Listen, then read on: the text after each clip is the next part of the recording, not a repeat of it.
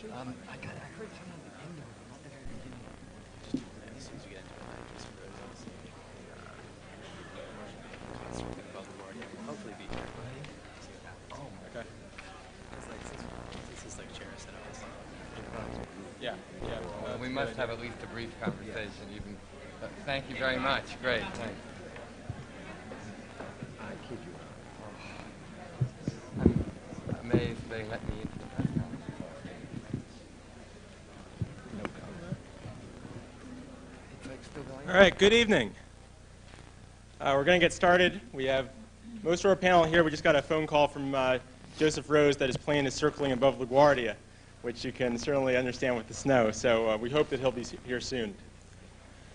Good evening. My name is Adam Gordon. I'm the editor-in-chief of The Next American City, a new magazine about the future of American cities and suburbs that's here to sponsor tonight's panel and to release our first issue, which many of you have in your hands. It's great to be back in New York City. I grew up in New Jersey in the suburbs, and a Yankees fan, and listening to the traffic reports on WCBS, so I know New York well. And it's great to see so many people here who care enough about the future of New York City to show up despite the horrible weather conditions outside. And so thanks for showing up. Shortly after September 11th, I read an op-ed that said, in effect, nobody cares about the issues that face cities and suburbs anymore. The horrific events of that day, this column claimed, would make us forget about the challenges facing our communities. The challenges developing enough housing to meet market demand, coming up with new ways to educate our children, continuing the progress that we've made in protecting the environment, and recruiting workers for business. As pressing as Homeland Security concerns remain, I disagree that they've simply overtaken the concern that we have about the future of our communities. Rather, I believe that we are at the beginning of the most significant national conversation about the future of American cities and suburbs that our country has seen in decades. Starting in the boom years of the mid-1990s, an amazing array of people came together to operate their businesses, develop their properties, and work through the political system in a way that had a greater awareness of their impact on our communities than at any time in recent memory. Boeing, one of the most powerful companies in the world, decided to move its headquarters to, of all places, Chicago. Not because it offered low taxes and free land. That's not really what Chicago is known for. But rather because Chicago, they figured, was a place where its employees wanted to live. Post Properties, a longtime developer of garden apartments wherever land happened to be available in the suburbs outside of Dallas and Atlanta, realized that many of its customers wanted a sense of community. And so this huge real estate investment firm decided to refocus its development on creating new communities in older parts of the cities and suburbs throughout the South, parts of cities like Atlanta that had been abandoned for decades. And elected officials from Mayor Rob Drake in Beaverton, Oregon, to Mayor Giuliani here, started to see their jobs as not so much caretakers of the same old government bureaucracy, but rather as shapers of places where people wanted to live and work. Clergy, from Reverend Johnny Ray Youngblood in Brooklyn to Reverend James Leary in Milwaukee, began to see their mandate as religious leaders not only to build communities inside of their congregation doors, but to transform the neighborhoods and the cities around them. A whole new generation of leaders in these fields has been inspired by these people. And this level of interest from all that I've seen has only grown since September 11th. People, especially people my age, are more than ever attached to the life of people around them in their neighborhoods and their towns. Not just people who make their livelihoods as developers or mortgage bankers or public policy advocates. I'm talking about the people I know who are artists, dentists, military employees, prosecutors, service workers, who care passionately about the issues of community, how we live together in our cities and suburbs in a way that is better for people, better for business, and better for the environment than the way of living that we grew up with. It is out of this great interest in the future of our cities, suburbs, and neighborhoods that the Next American City was born. A few of us had the idea of providing a forum in which people could exchange ideas about the wide range of possibilities to shape the future of our communities, where we could have honest debate and propose interesting ideas without the cloud of tired old ideologies, where we could have a conversation open and accessible to all interested parties without resorting to technical jargon that too often closes off the debates on these issues to all but specialists in particular fields. So last June, I contacted a small number of people to propose the Next American City. From those initial conversations grew a larger and larger network that now includes hundreds of younger architects, developers, policymakers, and business people. And with each added bit of press that we get in newspapers or online, we get many, many more subscriptions, article submissions, and invitations to share ideas or speak. We're building a network of people across the country who will shape the debate on the future of our communities. I'd like to just briefly introduce a few of these people who are here. A lot of them are out manning tables still. But first, I'd like to introduce some of the authors from the first issue that you see here. Josh Kagan, Jason Moses, Ariel Rosenberg, Allison Drury. Can you stand up, if the ones of you who are not standing outside? You'll read their works in that big green magazine that a lot of you have in front of you. Second, I'd like to ask the members of our advisory board to stand. There's 3 of them over here to my left, Professor Vicki Been, Alexander Garvin, and Paul Goldberger, and also Professor Cynthia Farrer from Yale University, who's right here. And finally, there's many people who have contributed in other ways. Editors for the first and second issue, and people who are working on articles for the second issue. And I'd like anybody who was involved in editing the issue in any way to stand. Yeah, they're all back there. All right. Finally, we'd like to give an extra special thanks to Professor Bean and to Michael Schill, also a professor at NYU Law School, whose respective institutes, the Center on Environment and Land Use Law and the Furman Center for Real Estate and Urban Policy, provided the funding for tonight's reception, which will follow the panel and to which you're all invited. It's an honor to have the privilege of releasing this magazine today at this great law school that is part of a great university in a great city. New York has always occupied a very special place in the nation's conversation about American communities. And so, as we look to the future of cities and suburbs, as the first in a series of panels across the country, we look tonight to the future of New York.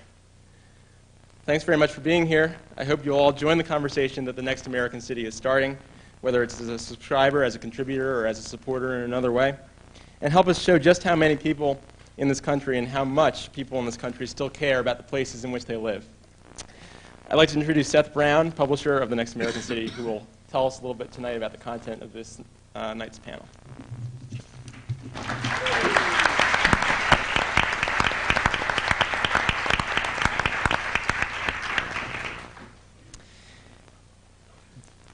The redevelopment of the World Trade Center site has awakened interest in urban planning and development in New York like nothing else in recent memory.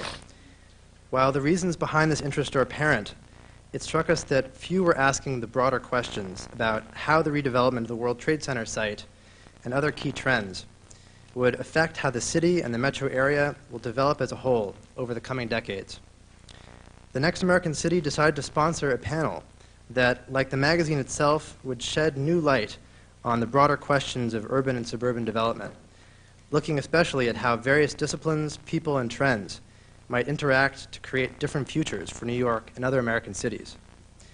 We are honored to have with us today 4 and hopefully 5 stellar urbanists, each of whom has had a major effect on the future of American cities and a particularly important role in shaping New York City's future. Many of the founders of the Next American City, myself included, met Alexander Garvin in a course he teaches at Yale called The Study of the City, in which he has trained future developers, planners, and community leaders for over 30 years. Many of the heads of major planning departments in America passed through his course. Our esteemed panelist Paul Goldberger, I believe, did as well. His teachings form the basis of his acclaimed book, The American City, What Works, What Doesn't, now in its 2nd edition, which has rapidly become a must-read text for planners and developers across the country. Mr. Garvin's accomplishments in training future urban leaders are even more impressive when one realizes that they represent just a small piece of an impressive career spanning both the private and the public sector. Most recently, he played a central role in developing the plans for New York City's 2012 Olympic bid, and he currently plays an important role in the redevelopment questions around the World Trade Center. It is our great pleasure to introduce this member of our advisory board. I'm also confident that those of you who read The New Yorker when a new issue arrives each week first turn to a table of contents to see if Mr. Goldberger has a piece. Mr. Goldberger, through his writing for The New Yorker, and before that for 25 years, I believe, with The New York Times, during which he won the Pulitzer Prize for his work, sets the standard for American architectural criticism. His books, such as the quintessential The City Observed, New York, An Architectural Guide to Manhattan, and his frequent appearances on radio and television have exposed audiences to his unique perspective.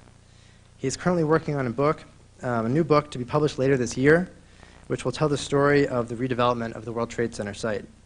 We are honored to have him here today and to have his advice as a member of our advisory board. Name an influential building in New York City from the last few decades, the buildings and spaces that have set the tone for the revitalization of New York City. And it's likely that Hugh Hardy had a role in shaping, in creating or reshaping it. The list is extraordinary. Radio City Music Hall, Lincoln Center, Windows on the World, Bridge Market, 59th Street, the rebuilding of Central Synagogue, Bryant Park, and many others. Consistently recognized by civic, architectural, and preservation organizations for his sensitive understanding of context, Hugh Hardy's work continues to embrace both new and old, restoration and expansion of important historical buildings, and completely new design proposals. His firm has received the prestigious American Institute of Architects Firm of the Year Award. And as the co-chairperson of the Cultural Resources Committee of New York New Visions, Mr. Hardy and his colleagues developed initial infrastructure, planning, and design recommendations for rebuilding Lower Manhattan that are the basis for the Lower Manhattan Development Corporation's rebuilding principles. It is a pleasure to have him here to tell us about how those principles and his other innovative proposals will affect the future of New York City. And in the hope that Mr. Rose will get here after his plane lands, for the entire tenure of the Giuliani administration, Joseph Rose shaped New York's rapid revitalization in his role as the chairman of the New York City Planning Commission, and I believe earlier the director of the Department of Planning. During his tenure, New York rezoned its theater district, planned the revitalization of Lower Manhattan, enacted a citywide waterfront revitalization plan, facilitated the creation of 2.1 million square foot mixed-use development at Columbus Circle, and developed the long-delayed Hudson River Park and minor league baseball stadiums in Coney Island and Staten Island. He continues to serve as a member of the City Planning Commission, and he now serves as a partner at the Georgetown Company, a privately held real estate investment and development firm active in major markets throughout the U.S. Moderating the panel today will be Vicki Been, who's a professor of law here at NYU and head of NYU's Center for Environmental and Land Use Law. Land Use and Environmental Law. She's a leading national expert on the issue of environmental justice and has brought to that discipline her strong understanding of property law and real estate markets, knowledge that has transformed conventional methods in the field. She is co-author of a leading casebook on land use law and an expert on Fifth Amendment taking issues. We are honored to have her as a member of the Next American Cities Advisory Committee, and we are honored to have her moderating today's panel. Professor Been. Well, first let me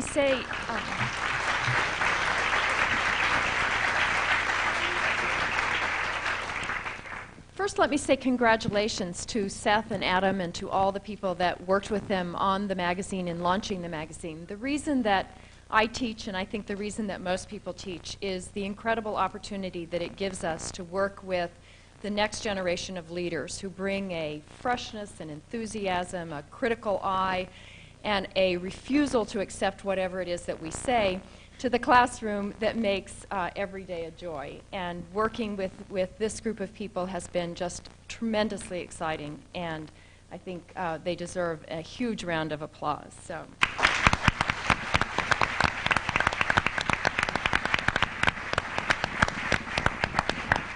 So without further ado, what we thought we would do tonight is that I would pose some questions to the panelists and hopefully get some discussion going among them. And we'll throw out some questions, and then at some point we'll open it up to the audience to ask some questions as well. So our first question stems directly from what Seth said was the impetus for the panel, and that is, A concern about, while we all understand that the redevelopment of the World Trade Center site obviously is going to change the landscape of Lower Manhattan, the broader question is, how will the redevelopment affect the city as a whole and the metropolitan area as a whole, from the South Bronx to Southampton? So let me start way over on my left, Mr. Hardy, and see if you have any thoughts about that question. How is it going to affect the shape of the city and the metropolitan area as a whole? Well, the obvious immediate amazement is that the public is interested in the subject, that you hear people talking about the city in ways they haven't in the past. If it's revealed that you're an architect, they know exactly what to ask you. It used to be that if you were introduced as an architect, nobody knew what to say next. They would say, what do you think of Frank Lloyd Wright, or something like that. And now they really have something to discuss. I have been interested to see how the mayor's plan for Lower Manhattan could be used as a way to think about the city as a whole, because it's such a simple approach that it says there are three parts. There's transportation. You have to think about transportation, and this is true in any community. The access from, to, back, forth, up, down, whatever. Is it the car? Is it the MTA? What is the access to this place? Is it your feet? Is it a boat? Second thing is community, and community, building community, is all about context. And although context in my profession is getting a bad rap recently in some quarters, I don't see how you can discuss community without discussing context. It's impossible. We've learned that about cities. Without getting into the history of modernism, there is a whole rediscovery of the validity of context. And then the third thing was public space. This is the one that fascinates me the most, because the great public space in New York is, of course, its streets. As you go into the outer boroughs and see these wonderful communities coming together, yes, the parks are there for recreation or as an oasis, but it's really the streets that define community, that really tell you where you are, and not public space in the European sense. But the mayor's plan calls for the creation of new public places. That, to me, is a phenomenon that's quite new. There are, in each of the boroughs, you can find a place that is a public space, but you have to scratch your head and think hard about it, unless, as I say, you choose a park. But parks in our culture until recently have been thought of as out of the public realm, because they have to be either an oasis or there's something for sports or recreation.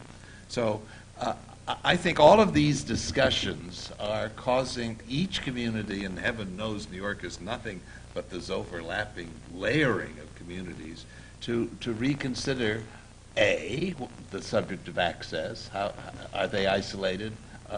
Are they near? Are they far? B, what defines their community? What does it mean to live in East Harlem? What does it mean to be in Red Hook? Where is Red Hook? What is Red Hook, etc.? And then finally, this whole business of public space. That is definitely influencing the city as a whole. One more thing. Well, no, I won't. Steal. Never mind. That's enough. Mr. Goldberger.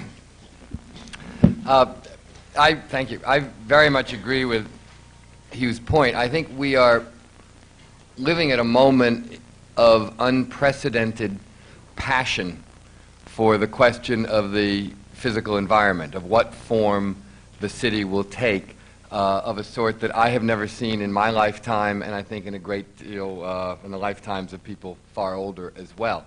An enormous amount of it is due to the way in which the events of September 11th thrust an architectural and planning question into the center of the political dialogue in a way that, those of us on this panel, and probably a great many people in this room, have always thought of issues of architecture and planning as being parallel to, if not always, at the very center of the public discourse. But most of the rest of the world didn't. And indeed, for years, many of us have been complaining that nobody is really very interested in this subject, and the form of the city affects everyone, but nobody seems to care and nobody is listening. Well, you know, beware of what you wish for because you may get it. And now suddenly we face a situation in which everybody seems to be interested. Everybody has an opinion. Everybody cares passionately. The opinions range from well-informed and thoughtful to utterly ridiculous and absurd, but in absolutely no case that I've encountered are they insincere. My own files are bulging with plans for Lower Manhattan and for the World Trade Center site that people have sent me unsolicited, and I'm sure that what I get is but the tiniest fraction of what pours into Alex Garvin's office. And while I think I could charitably say 90% of them are not worth terribly much, I am amazed at the sincerity and the earnestness that underscores all of them. And to me, the great question now is how can we harness that passion and that earnestness and turn it toward broader concerns? How can we make certain that once the planning process moves toward fruition, that this level of civic engagement with these issues doesn't disappear? I do think beyond that, there's another issue that the World Trade Center development implies for the region right now that we're only beginning to come to terms with, and that's the whole role of a center right now. We have been thinking for a very long time that centers did not particularly matter anymore, that dispersion was the order of the day. Technology made it possible. Those of us who are committed urbanists may not love it and may wish it were otherwise, but at the end of the day, it is what's going to happen.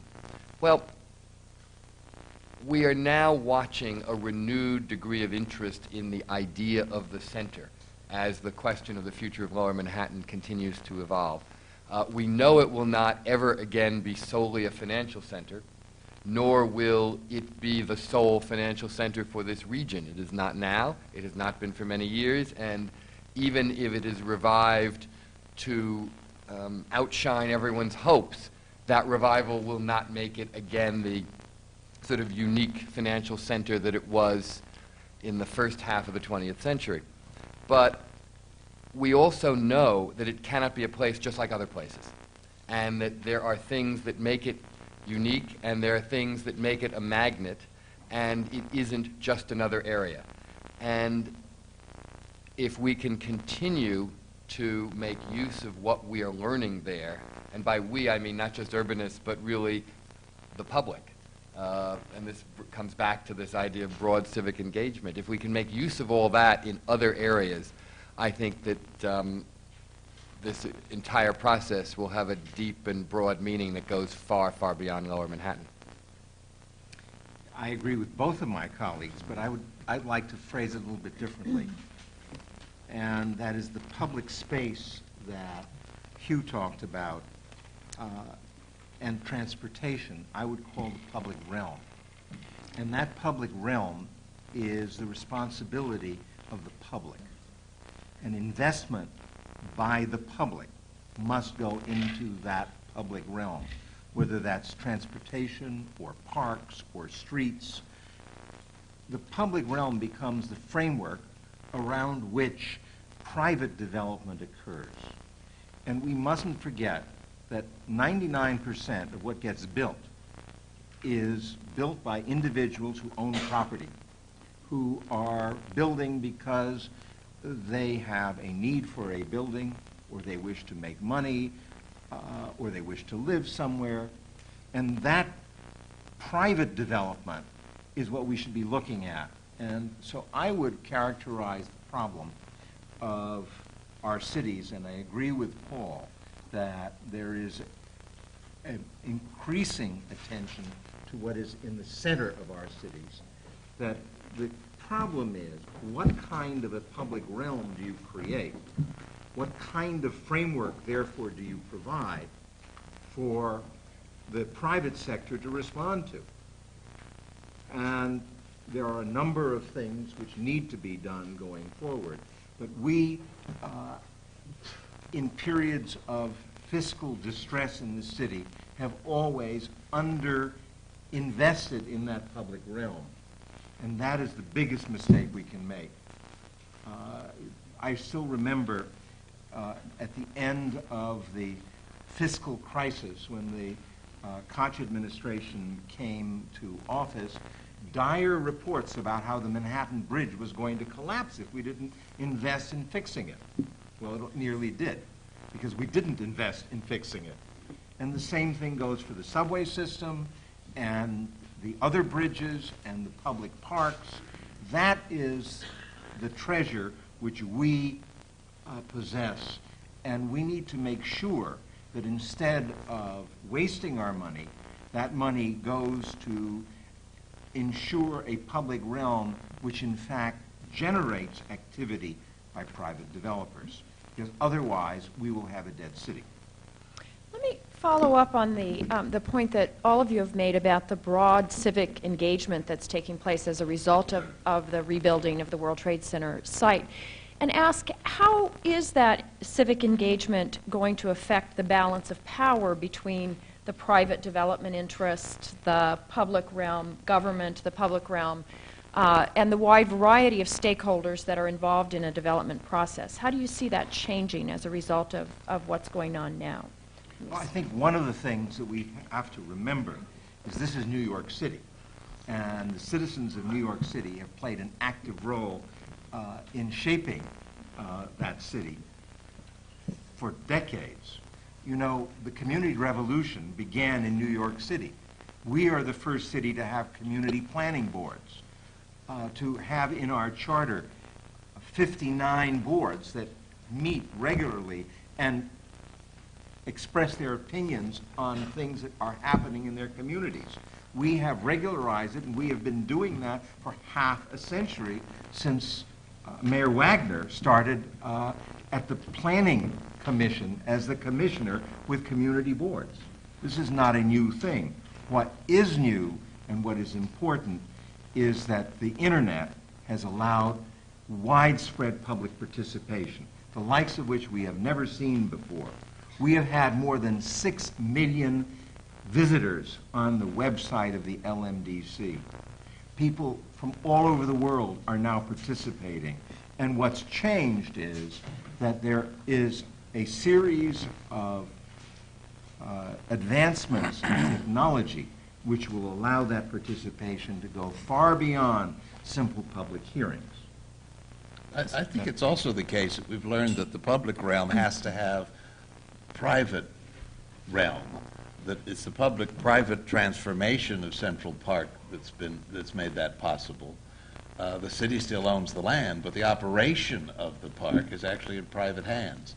And the policing of the park is of the city, and much of the maintenance money of the basic brutal stuff that has to be done there is done by the city. But the restoration of the park occurred because of the private sector, and that's true throughout the city in public spaces. And we've learned a great deal, I think, that you can't expect government to do it all, or can the private sector leverage the kinds of things that government can do, and besides and in doesn't fact, own. if you take the business improvement districts, of which there are more than 40 in the city at Yes. this point, in every borough, rich neighborhoods and poor neighborhoods, middle-class neighborhoods, there are now business improvement districts everywhere in which that partnership has become a major part of the maintenance of the public realm, keeping the sidewalks clean, collecting the garbage, seeing that there is security personnel on the street and that graffiti is removed on behalf of the public. It was said that you couldn't do this, that the public wouldn't take care of public places. You couldn't have flowers. You couldn't do all this stuff because they would cause havoc. They would pick the flowers. They would run the place down. And in fact, it turns out that they's us. But aren't the business improvement districts, if we're going to talk about those for a moment, kind of filling a void left by the failure of government to do effectively what it once did? I mean, we know, if we take Bryant Park as an example, where a business improvement district has in fact been a triumphant success. And, in the days before that occurred, the government was not able to maintain it properly. On the other hand, 75 years ago, the government was able to maintain it properly, and nobody said, oh, we need a business improvement district in Bryant Park, or we need a private organization to help us keep the sidewalks clean, because the sidewalks were clean. That was a brief period when it was new, that it was well maintained. A very brief period. And before and after, and also the society that was briefly there, well-dressed, sitting on the park benches with pausing briefly, isn't the same as our population, nor are the amenities that are there now anything like what was available then. It was a much more sterile place. I would argue, Paul, that in fact it's a different method of delivering those services, and that both the charges and the management of the expenditures has shifted in a way which produces certain results. It isn't the only example. I notice our former Parks Commissioner in the front row is responsible for the Green Streets program, which put back a public realm. Nearly 2,000 traffic triangles that are now filled with flowers and trees and an environmental world that had been neglected previously. I worry that in periods of fiscal stress such as we have now, the money to maintain them and water the trees and take care of the plants may be taken away. But one of the things that's clear, that will not happen with the business improvement districts. And I think that we, as a culture, are devising entirely new ways of delivering these services and deciding things are important on a totally different set of standards. The environmental movement did not exist when Bryant Park was created or Central Park was created, and today it makes it possible to have something like Green Streets because people understand that it has an impact on the environment and the wildlife of the city of New York, something everybody has forgotten exists. Can we go back to the original question, which I think we've drifted in a very interesting direction, but a little bit away from it, which was about how the redevelopment of the Trade Center site is affecting the balance of power. I think we're still trying to figure out, because indeed the balance of power is shifting continuously as we go. It is a little different from what it might have been 6 months ago, and it may be different again. I think the most profound thing that we have seen has been, and this gets us a little bit back to the earlier point about civic engagement, has been the extraordinary outpouring of not only interest, but of particularly opinionated feeling on the part of the public, which has been expressed not just through public hearings, but through unusual events such as that Listening to the City thing at the Javits Center last summer, where, and this gets back to Alex's point about technology, where people actually were able to, in effect, vote on certain aspects of various projects, and we saw the entire nature of the development process change. In fact, the most antiquated and indeed almost irrelevant part of the public process now has been the old-fashioned public hearing, which seems to in fact shed the least light and have the least effect on anything, whereas the other forms of public engagement, such as that event or the website, as Alex said, or the exhibition downtown, so forth, have all, it seems to me, had much more significant effect on the direction than the public hearing, which was once the only means by which a public agency interacted with the public. It now is still there as a kind of relic, but it's the least effective, least meaningful part of the complex process. And the other thing that has shifted in power somewhat, I think, is the role of architecture and design, which has certainly risen as we have watched things play out over the last 6 or 8 months downtown. I tend to be skeptical of those, either architects or critics or others, who hail this as the golden age of architecture's great power.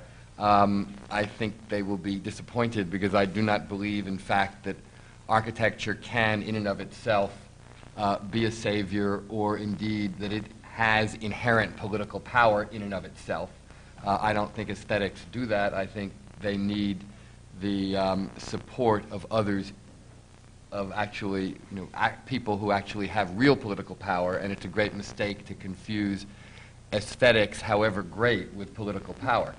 Nonetheless, the relationship between aesthetics and political power is certainly more subtle and more intimate now than it was at any time in recent memory. And watching that play out will be very important.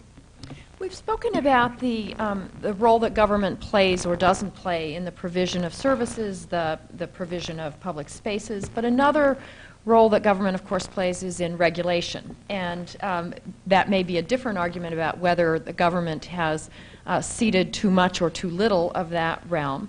But one question that comes up now is how the public passion, the learning that we've taken from the World Trade Center redevelopment controversy suggests that government regulation needs to be changed. For example, does it suggest that we need a new zoning code? Does it suggest that we need to jettison public hearings and come up with a new form of public participation? And I wondered what your thoughts were in terms of how should government regulation change as a result of what we've learned. Mr. Hardy, you want to start there? Well, certainly the basic requirements are the same. The basic responsibilities are the same. There has to be a building code. One of the interesting things about the management or the application of it, it depends upon who's in charge, and that you could actually have an agency like the Port Authority, which can interpret the code as it chooses or operate under its own, or ignore the city altogether. It's one of the oddities of the current life in the city that we don't recognize the extent to which the state is a participant in so many of the decisions, being basically transportation is now a state matter. It controls the streets in the city. It controls access to the airports, et cetera, et cetera. So the regulations that we live under are mandated to an extraordinary extent that by and large the public's not aware of by Albany. Now, that doesn't seem to be changing. We seem to be, and the more we appeal to Albany to bail us out financially, the more we go there with a little tin cup, the more we reinforce that. I don't see any new form of regulation that's going to emerge. I see adjustments in the existing systems, but I don't think that we are standing at the threshold of a new way to provide, or new agencies, or a new combination of events that would allow us to proceed with regulation in a different manner. But there's an enormous amount of adjustment that needs to be made. I think that we've put far too much stress on regulation.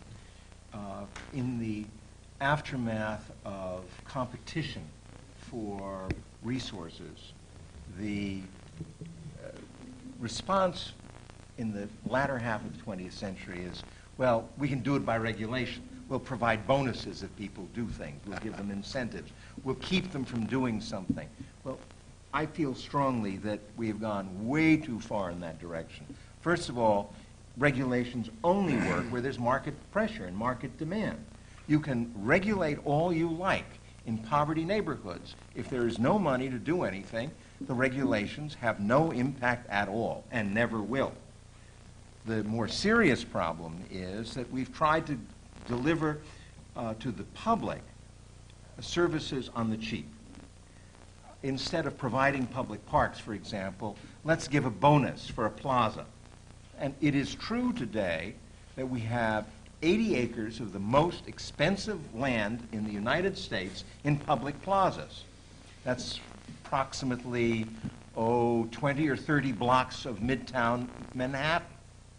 Would you say that it's anything like Bryant Park or Central Park? I would not. I think we have to begin to understand that the public realm requires public expenditures for public works. And we have underfunded all of that. And it makes no difference if we're talking about the subway system or the park system or the city streets that don't get repaved or the street trees that don't get replanted except every 300 years. Right. Yeah, Alex, when you said that there are 80 acres of space in Midtown that now are functionally, technically part of the public realm, although created by private developers, I was about to interject, and 75 acres of them you wouldn't want to be caught dead in anyway. They're really sort of most of them pretty banal and dreary places. I think there's no question that the bloom is off the rose of regulation these days. I'm concerned, though, that we don't seem to really know what else to do. I agree with Hugh that I don't see, on the near term at least, any particularly new model that we're moving toward. It seems to me all too much like the situation, say, with the federal tax code. Everybody says it's too complicated, everybody says it's ridiculous, and nobody can understand it, and it has to be scrapped and started over with a whole new simple system, and then it only gets more and more and more complex. And new layers of regulation are added. And in fact, that's essentially what we're still doing with so many of our planning decisions. You both make me think about design guidelines, and I wonder if you think they have anywhere been successful. They were an earnest effort to not to control design, of course, but to stamp out the bad things. Well, I think that's what they do. I think design guidelines are a safety net. They prevent awful, horrible mistakes from happening. Sometimes. But they also almost invariably prevent anything creative, fresh, interesting, or different from happening. I mean, they sort of force things toward a banal middle. And there was a point, I would say probably around the creation of the current Battery Park City Master Plan, which is now more than 20 years ago, when it seemed like the trade-off was worth it. It was worth giving up anything new, creative, fresh, and different, which we didn't particularly trust in those days anyway, in exchange for being protected from the awful. And so we were. Now, we are less entranced with the results there, and I think properly so. I'm in great measure in agreement with both of you, but I would like to give you two examples of cities that have design guidelines that have been, I think, successful. And they are Santa Barbara, California, and Santa Fe, New Mexico. Now, it may be that you think that this is enshrining styles that are not avant-garde, but it is certainly that, Alex. Whatever, even if one thinks it's wonderful, one would have to agree it's that. I would argue that the people who set about creating the new old Santa Fe style, because it is an invention that did not exist, and I would say the same thing is true of the Mediterranean California style, which does not exist in Italy, France, Portugal, or Spain.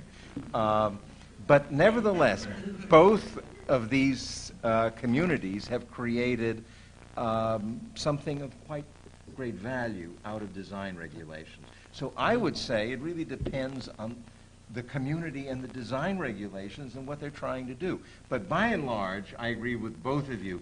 We've taken this far too far and gotten very little for the results. Yeah, you're right. I mean, even though I happen to believe that Santa Fe is an Adobe theme park, the reality is, it's not really Adobe. It's a very Drive-It theme park. It's a very nice Adobe / Drive-It theme park, and as such, it is rather better than what it would have been had it been developed in a laissez-faire fashion. And I think, to be fair to poor old Battery Park City, which these days it's so fashionable to dump on, I think the idea behind it was, in fact, to try to distill the essence of a kind of New Yorkness the way Santa Fe or Santa Barbara were doing that and replicate it. I think the nature of New York is such that it's not as easily translatable and distillable in that way, and we are also, by nature, as New Yorkers, a little more suspicious of any such attempt. So, therefore, it didn't come off quite as well. But the continuation of the street grid was absolutely brilliant.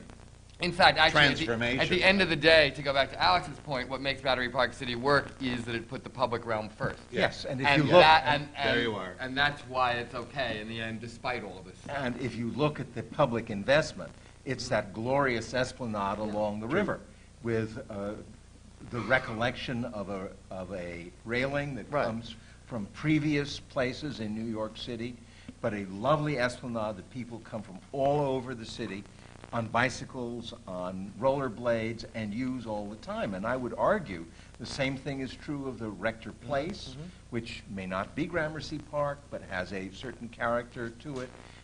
And I think that the great success at Battery Park City is the public realm, Yes. and the parks that were created there as well. By the way, parks that are adequately funded and adequately maintained. And it allows you to forgive an awful lot of bad architecture, in fact, actually. One of the things that Battery Park did was that it brought in a fair number of people who had before that been in the suburbs. And of course, one of the questions that New York faces today is how much competition do we face from other cities, from other countries, from the suburbs? What do you think the main competition is going to be, and what's the best way for New York City to meet that competition? I'm going to take two parts of that, and I will say that we're already winning because the flight to the suburbs is the problem of the 20th century. What we now have is growing density in existing cities. It's no longer the problem of the suburbs. What we have are people moving back to cities. We have a growing population in places like New York City. You have whole areas of Chicago that are being reoccupied. We have loft conversions in any number of cities going on. That's the past. Where I do think we are facing competition is with the world. Our competition today is with Hong Kong and Tokyo and London. And if you go to London, you can take the Heathrow Express and come from the airport in 15 minutes, every 15 minutes. And until and unless we have something like that in New York from Kennedy Airport, we're going to lose the competition to London and Berlin, which is doing the same thing. So I would say that we need to think about New York in international terms, and that is in fact our strength. New York City is today the great city it is because of immigration that has brought in the most creative people, as it always did, and not just from other countries, but from other parts of the United States. And we need to think of how do we place ourselves in the global context and not in the suburban context at all. I would absolutely agree with everything Alex has just said. I mean, there's no question we are a global city. However, I think we're naive to believe that our position and our fundamental economic strength can't still be eaten away somewhat, let's say the foundations of it, by the loss of some of our tax base outside. It may not be the larger, more visible things, but it's, in a way, it's almost more like termites eating away at our foundations when we lose some of our tax base either to the suburbs or to what in a normal, rational world would still be part of the city, which is the enormous agglomeration of businesses in what once used to be known as Jersey City, across the Hudson. You know, we could call that the suburbs, or we could call it whatever, but in fact, those are businesses that are there to take advantage of New York without paying a fair share of the cost of maintaining New York. On one level, we are still better off as a region for having those jobs there and not in Austin or whatever, or Denver. But they are still compromising our economic strength. However, we are set up under an utterly irrational political system that is not going to change. So we have to sort of cope with it, which is that the metropolitan region is in fact divided among 3 different state jurisdictions, innumerable different counties, and the 5 boroughs, and the mayor, so that we have so many competing political jurisdictions, and the governor. So we have 3 governors, in fact. 1 all-important, and then 2 subsidiary governors. And so and that is not going to change. But, you know, there is a reason that despite all of the intelligent, thoughtful, and generally correct and wise things that the City Planning Commission has done over the years to try to build up Brooklyn and Queens And as, speaking of the city, Joe Road, Joe Road. Brooklyn and Queens as secondary centers to Manhattan, without any such activist engagement, Jersey City has just sprung up like a weed, far more potent economically. The reason, obviously, is taxing jurisdictions. Joe, welcome. We're so glad I'm that very you're sorry I'm late. It wasn't the planning, it was the execution. Right. We're so glad that you're here. And right now we're talking about keeping New York competitive, who New York's competitors are, and what we need to do to keep competitive. Mr. Hardy, I don't know if you wanted to say anything on that, or? I was thinking about the whole manufacturing question and the fact that that's theoretically a 19th century obsession. And so what is it, you know, we've finished with manufacturing, although it is amazing all the little widgets and things that get produced here that are the startup companies that lead often to people moving out, opening large plants elsewhere. It seems to me that we shouldn't discount that, but we've grown up now believing that the wealth of the city is manufactured in services, and that all of the digital revolution allows us to manipulate the ether sometimes to create wealth rather than actually manufacturing products. I don't know if, I'm not certain in the next generation if that's true. Can we continue to generate wealth by the manipulation of information? It seems to be possible, but we're counting on it to a large extent. Where, you know, what you have to generate wealth to keep this place going. It's a very expensive thing.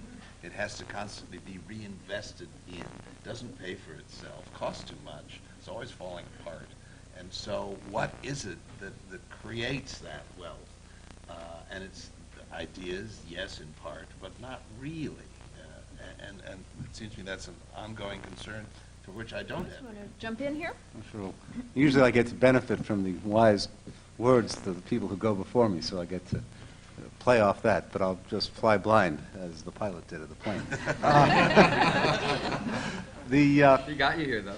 All right, the essence of New York's competitive advantage stems really from two things. One is its remarkable population, which regenerates itself and has had the benefit of regenerating itself for centuries from the best, and best I mean the most energetic, ambitious, enthusiastic. I don't mean best by any objective criteria. People who travel from all over the world or all over the country to want to be here. That is its core asset, and especially as we go into uncharted territories in terms of what the economy will look like 50 years from now or 25 years from now, the capacity to adapt and the capacity to generate whatever that next advantage is, that next industry is going to come from the creativity of the population. The other thing that we have, and it started out with accessibility with the natural port and the Hudson River, and then the opportunity to build the Erie Canal, and then the railheads, but accessibility, the ability to bring vast numbers of people into an incredibly dense environment, the most dense commercial and residential environment in the world, and to do so extremely efficiently. And you put that combination of the population and the infrastructure that's able, first natural and then man-made infrastructure, you put those together and you just get the most remarkable economic engine that the world has ever known. and done largely without government direction, but assisted, especially in that infrastructure capacity, by governmental investments. We're never going to be a low-cost environment almost by definition, because as Hugh said, and I assume others have said as well, it's very expensive both to invest in and to operate that infrastructure, and you also have lots of people competing to be in that very dense space, so the costs are necessarily high. They can't be intolerably high, but, and that's the issue when it gets to both tax structure and to New Jersey, and to the rest of the country as well. But if your costs are so high that it's economic madness for anybody to be there, you will suffer obviously a huge consequence. So the city has to be mindful of the fact that costs matter, but they are not, I think the mayor is right in saying this, they are not the most important factor. The challenge is to maintain a first-rate package of goods and services at an acceptable, albeit high cost. And when we look at that, our competition really is London, other cities, major international cities. It's not, I mean, we're not going to be economically competitive with the Carolinas. We're not going to be economically competitive with lots of other places. What we have to offer, though, has to be just so much better than you can find anyplace else. And that is something that we now, especially, I don't know, let me guess, in terms of how we've gotten to this place, what the rebuilding of Lower Manhattan and what I guess is simultaneously going on in another part of town with Dan Doctoroff laying out the West Side vision are opportunities to make capital investments in accessibility, which has been Lower Manhattan's problem, fundamental problem for the last 50 years. It was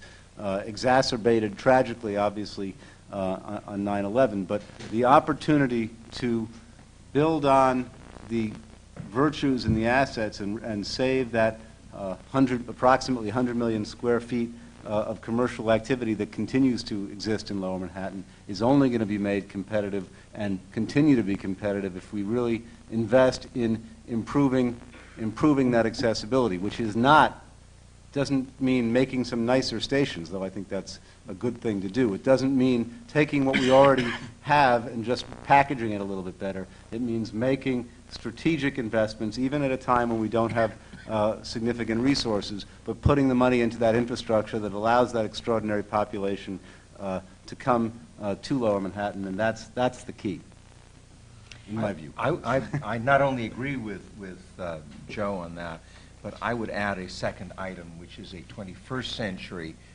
problem, and that is the quality of life.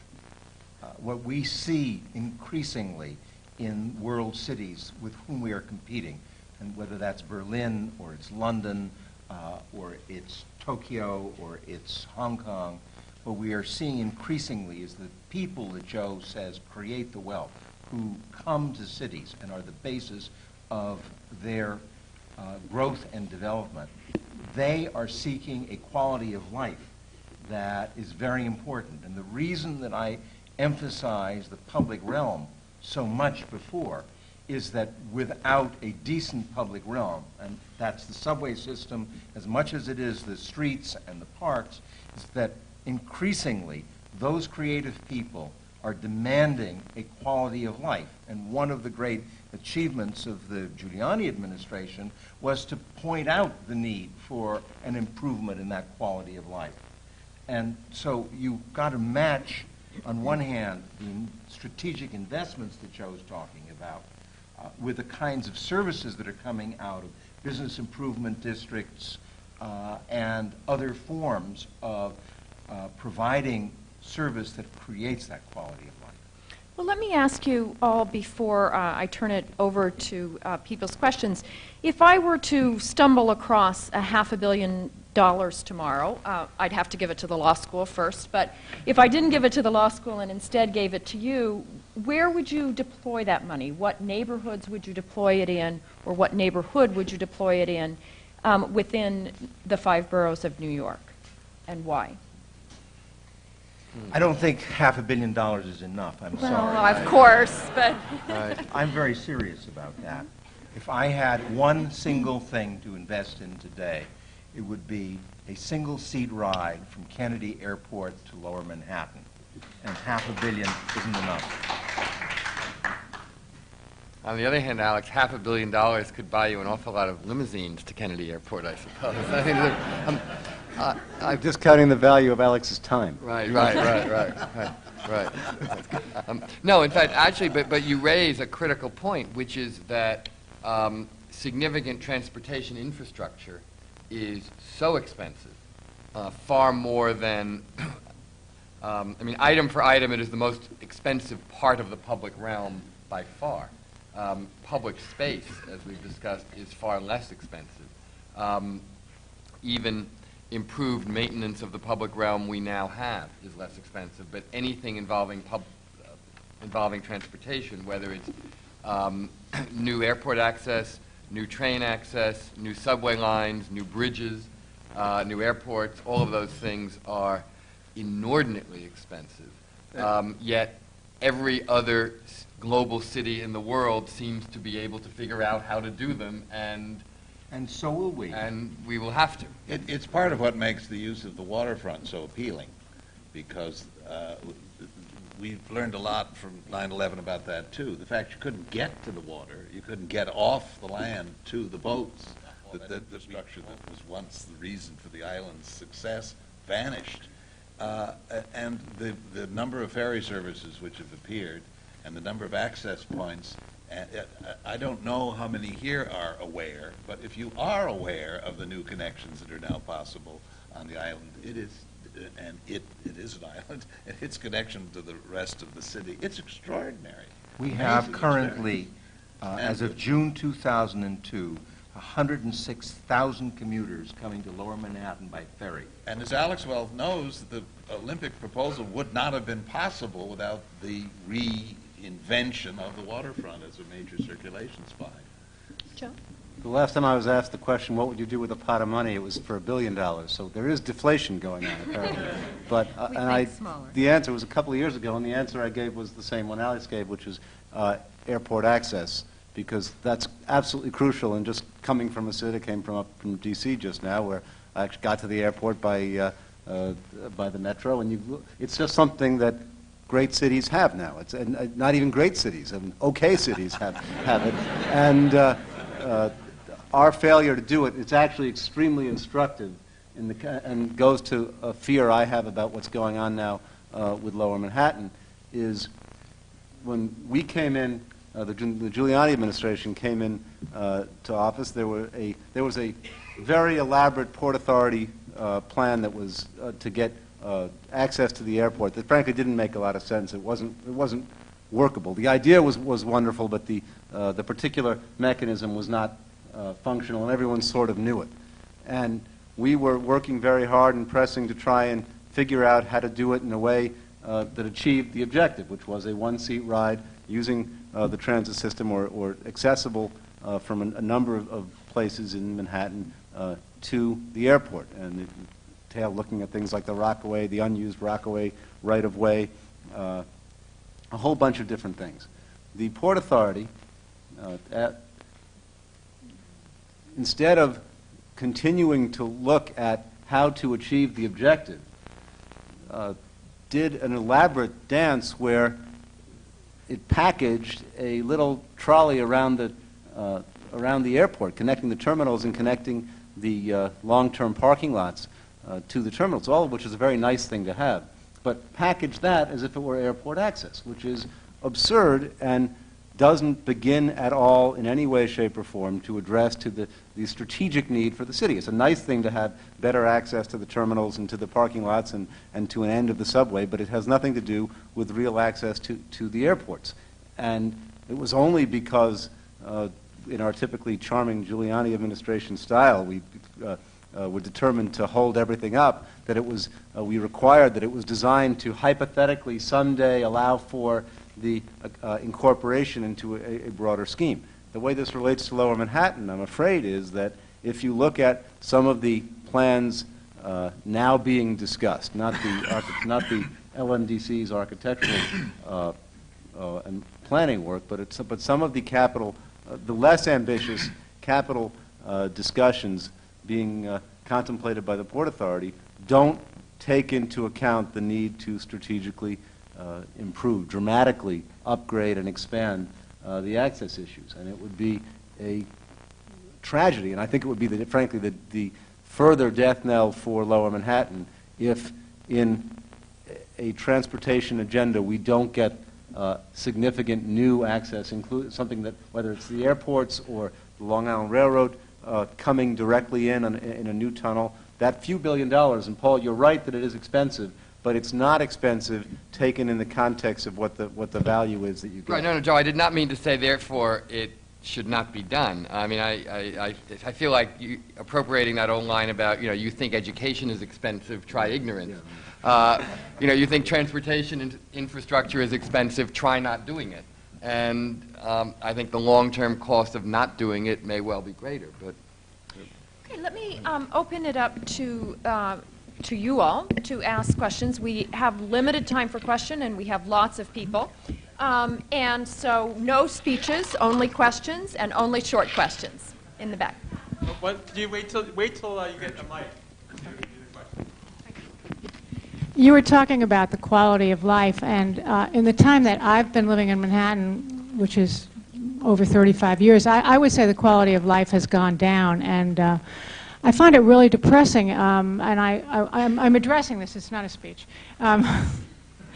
But I want to ask you about that. I mean, the whole thing with the cell towers is one of the most abysmal new events in Manhattan. And, suddenly I woke up one morning and, there were these 15 things right across from my apartment. Who knows what those rays are doing? And I went to all those boards, the city board and the blah, blah board, and they did nothing. They talked to me on the phone a little, a couple of emails, and, hey, no problem. My experience is that money and big money is still running the city, and you brought up the Long Island Railroad, another, Okay, so you'll have to get to your question. Yeah, the question really is, how can you, is your experience the same as mine? I mean, my experience is that the quality of life on the subways, on the railroads, and in Manhattan is not getting better.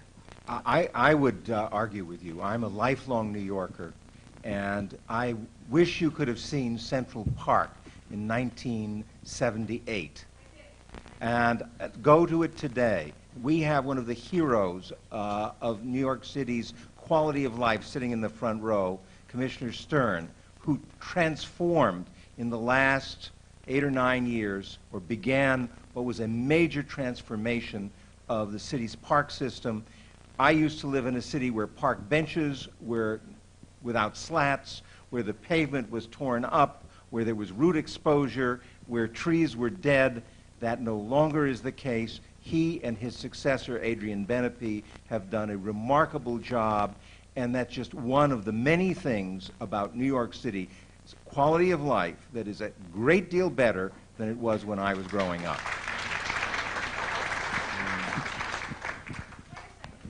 So one question per person. At the beginning of the talks, you both, or several of you said that it was a magic moment, that politics and planning were sort of moving in the same direction. And it seems to me that the two major movers, one is the memorial and the other is the Olympics. And it's entirely possible that the Olympics won't happen and the memorial will eventually be decided. And I wonder whether you think that this moment will continue, and if it does, why will it continue?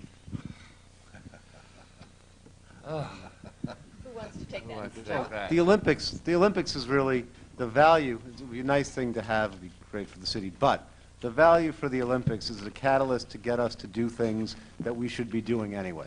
If it's, and I said that to Dan Doctoroff in my office in 1995, and I'll happily say it again now as the prospects for getting it look a lot better than they did in 1995. Let me tell you, the things New York is not in a position to not do things. Or do things only if they lead to our getting the Olympics. The value for the Olympics in New York City is about getting us to do things that make sense anyway, and helping perhaps at the margins to provide some capital dollars for some sports and recreational facilities that we wouldn't otherwise get. But expanding the 7-Line West, investing in the future of the far west side are things that make a great deal of sense. Similarly, in Lower Manhattan, the memorial issues are are profound and difficult, and they'll have to be grappled with. But the rebuilding of Lower Manhattan is absolutely not about the issue of the memorial. The memorial issue is related to, but it can't be the sole issue. And it's not. For 50 years, the city as a whole, and all of us who care about these things, which obviously includes everybody in this room, have been grappling with what to do about the future of Lower Manhattan and its competitive problems vis-a-vis Midtown and the west side of the Hudson and other places. And I think the moment that you speak of as being magical, I don't think is because of the Olympics or the memorial. It's because of the city and the state and the federal government realizing something important things have to be done. The great thing about the Olympics, of course, is it has a schedule. It has deadlines. That's a wonderful point, Hugh. Very good. Before the question was raised, what would you do if you had $500 million to spend on improving downtown? Good question. Now, there is $500 million, and the MTA seems to want to spend it by refurbishing the South Ferry subway station at the expense of Battery Park, which would lose 220 trees and be tied up for 10 years. With all the new projects that are needed and all the construction that's underway and demanded, like the 2nd Avenue subway and things like that, how can the MTA be that foolish as to spend $500 million in fixing up a single subway station, putting it in the middle of a park, and requiring people to walk 1,400 feet from that subway station exit to South Ferry? How do you feel about it, Henry?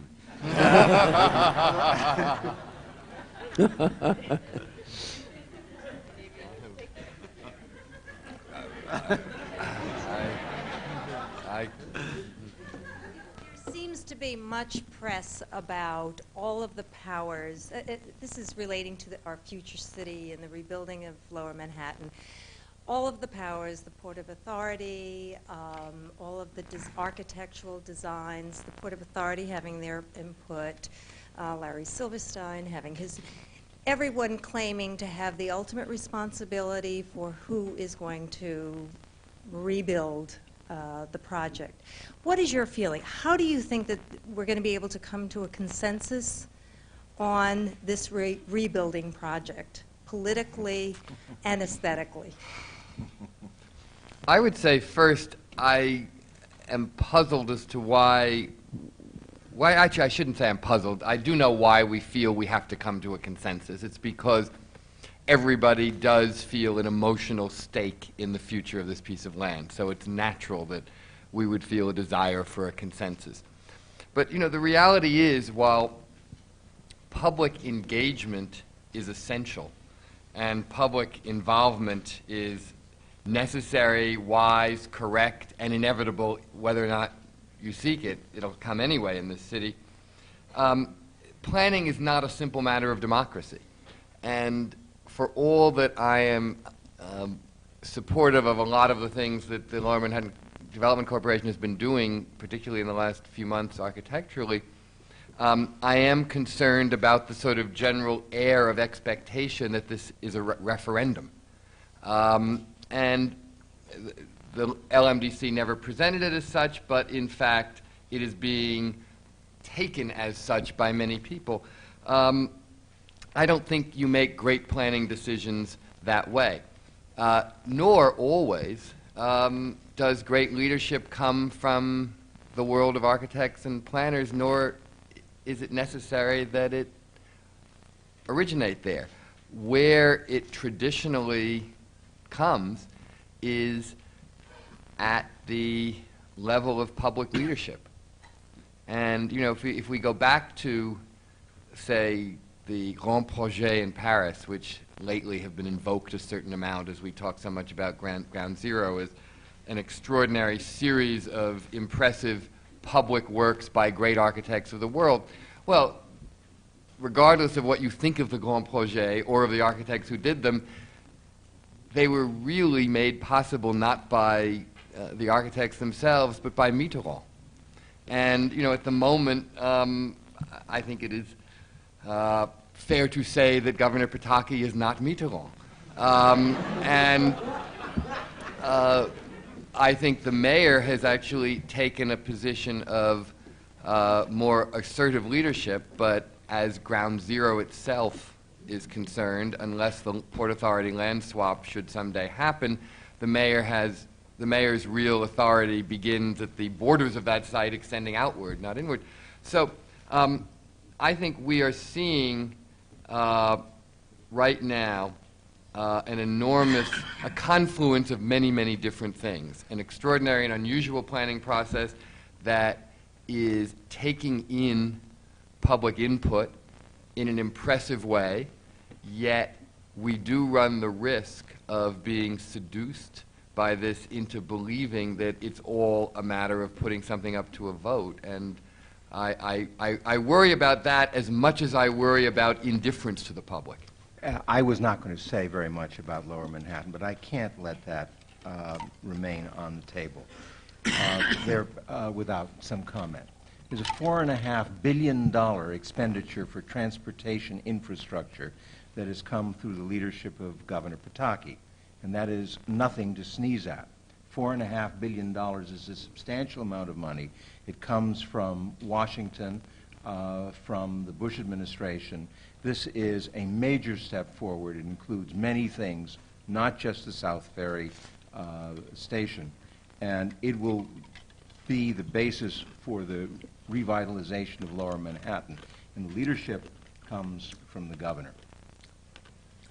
If I can just quickly say, I think that the question is exactly the right one, which is, in order to have a successful result, however you define success, it's going to require, as Paul said, clear leadership. I think this is a good governor who has done a lot of things, but clearly there is significant leadership required that has not yet been exercised. People do not know exactly what the governor thinks. I think he is going to find, if not right now, in retrospect, that his entire gubernatorial service will be evaluated within the context of what happens in Lower Manhattan, and it's going to be necessary. It cannot function.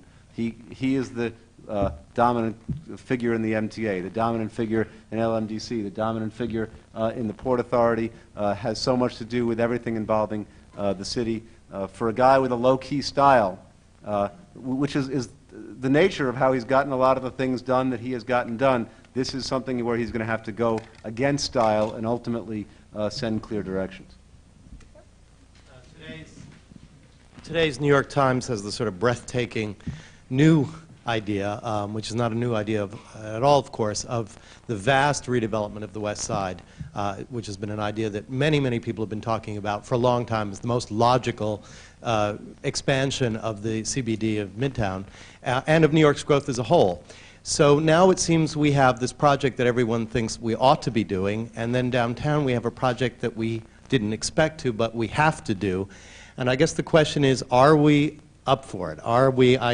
I'd like to think this is a city that built Grand Central and Pennsylvania Station at the same time. But over the next 10 or 15 years, can we realistically develop two enormous expansions of our two great central business districts? If you look at our past record, we're in big trouble. But not our past record historically, but if you look at the recent generations, the last 40 years, I mean, we haven't laid new track. We have not built many great new infrastructure projects. We have done some. You got to go. Unfortunately, it's 700 feet underground. But if you look at the Third City Water Tunnel, it's one of the most amazing infrastructure accomplishments in the history of the world, and it's all been done at city expense. But they're not mutually exclusive. Lower Manhattan and the far west side. In Lower Manhattan, the key thing to keep in mind is we're playing for that 100 million square feet that already exist. And what we're playing for on the far west side is the capacity to grow, and if we don't have the capacity to grow, then that economic competitiveness will be severely undercut. Maybe not in the time horizon of the next 5 years, but over the next 20, absolutely. And there are different financial structures in each case. It's not the same pot of money at all. It's not the same thinking. It's not a zero-sum game, No. but between them. But I do think, or I would like to think, that we are more amenable today to boldness and vision than we were a decade ago, say. And I don't know that I can provide tangible evidence of that. It's more an instinctive sense. But I do think that we have come almost to the end of the age of obstructionism as the dominant mode of public participation. And there is an eagerness to see things happen as well as an eagerness to see things not happen. I think there are many things beyond just these two. We talked about the Olympics.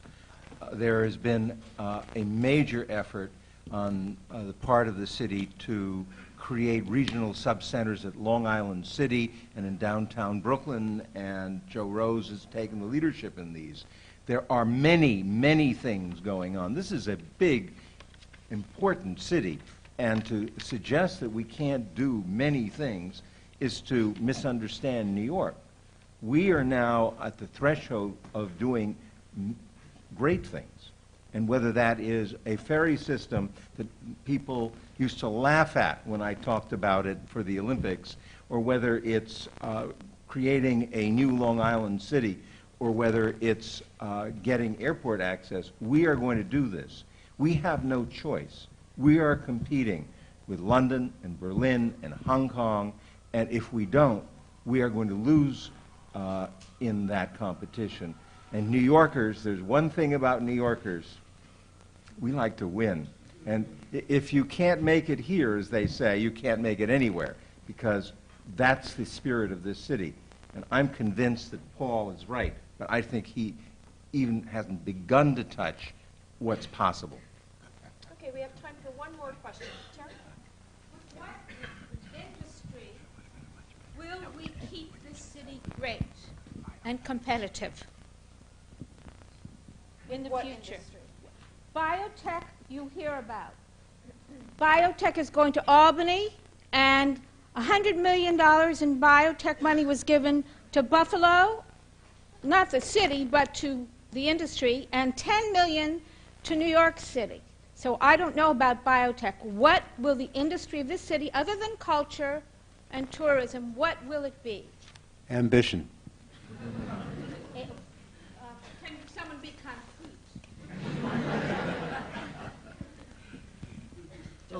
And usually when government gets in the business of industrial planning, it's sort of you build a lot of Maginot Lines. You waste a lot of money, by and large.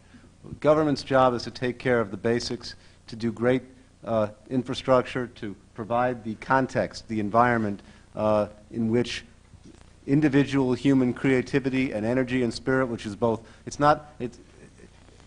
the cross-pollination between cultural pursuits, between economic pursuits, commercial, social service and public spirit, and all those things. You can't predict it. And when government tries to predict it, it does a terrible job. And a lot of the worst things that have happened have come from government saying, this is going to be the next energy. Almost always, those kinds of predictions when made by public officials who have virtually no wisdom about these kinds of issues.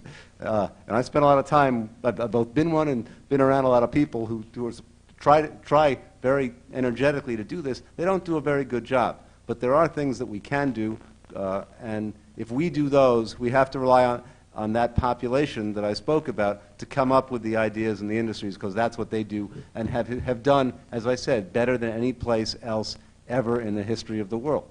I would like to go back to what Hugh Hardy opened with, and that is investment in transportation in public space, which I amended to be the public realm.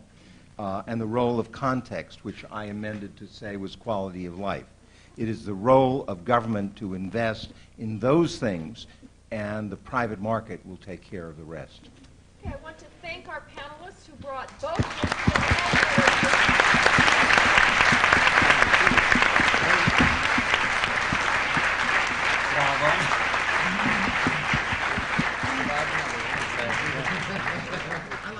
Well, let's give one more round of applause to both our panelists and Vicki Been, who did a wonderful job moderating.